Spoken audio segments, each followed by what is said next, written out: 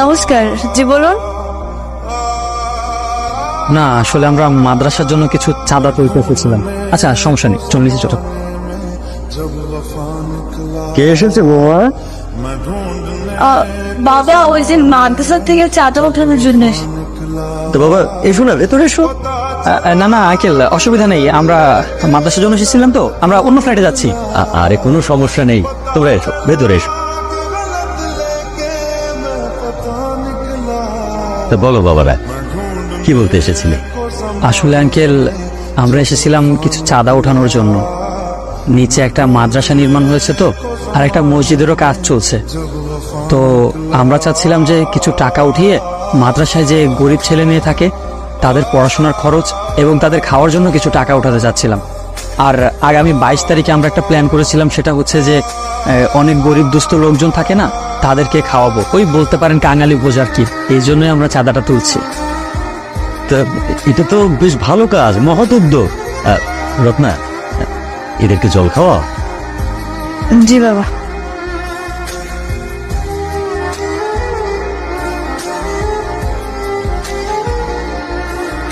যা বলছিলাম যেটা, তোমাদের প্ল্যানটা কিন্তু খুব ভালো হয়েছে বাবা।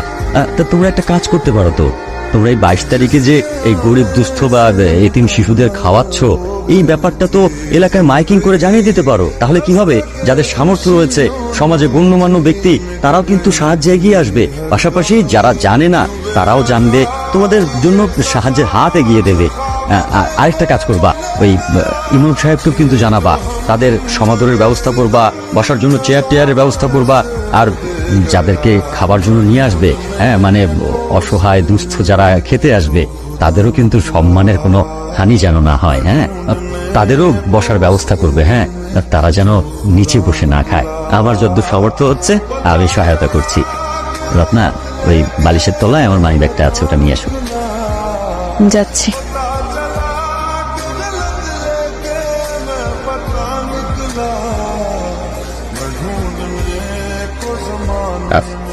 এগুলো রাখো বাবা। আঙ্কেল, এতগুলো টাকা কেন দিচ্ছেন? এতগুলো টাকা লাগবে না, আপনি শুধু চাঁদা হিসাবে যতটুকু অতটুকু দেন। আরে বাবা, আমি মন থেকে দিচ্ছি, রাখো রাখো।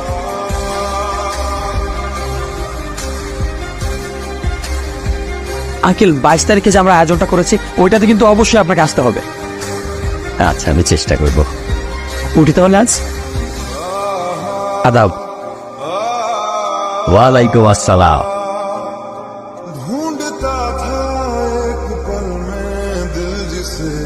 আচ্ছা, ওরা তো হিন্দু পরিবার, তারপরে আমাদেরকে সাহায্য করলো। আমরা কিন্তু মুসলিম।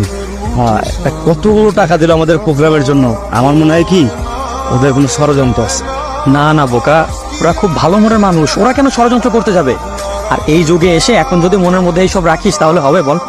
আচ্ছা দেখ, উনি চাইলে কি পারতো না যে আমাদেরকে ঘরে না ঢুকতে দিতে, আমাদেরকে ওখান থেকে দূর দূর চেঁচিয়ে করে বের করে দিতে? কিন্তু উনি সেটা করেনি। ওনার মনটা আসলে অনেক ভালো।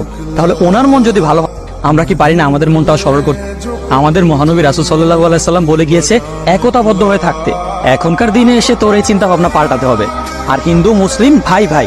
হ্যাঁ রনি ভাই, সুমন ভাই তো ঠিক কথা বলছে। তারা হিন্দু হয়ে আমাদেরকে এতগুলো টাকা সাহায্য করলো।